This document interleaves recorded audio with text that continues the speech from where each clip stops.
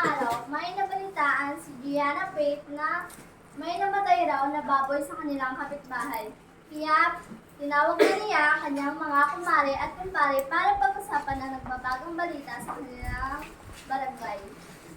Alam niyo ba, nung kailan habang sumisilip ako dyan sa ating kapitbahay, may nakita akong namatay na naman ng baboy nila.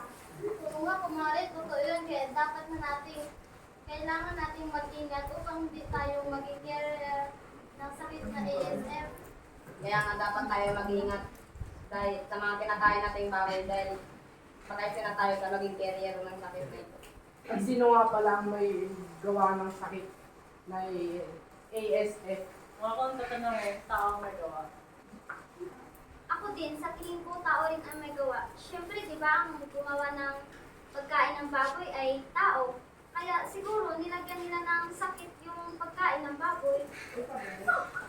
Kaya para sa akin, dapat tayo mag-ingat at dapat tumunod tayo sa mga patakaran. Sangayon ako dyan, kumpare.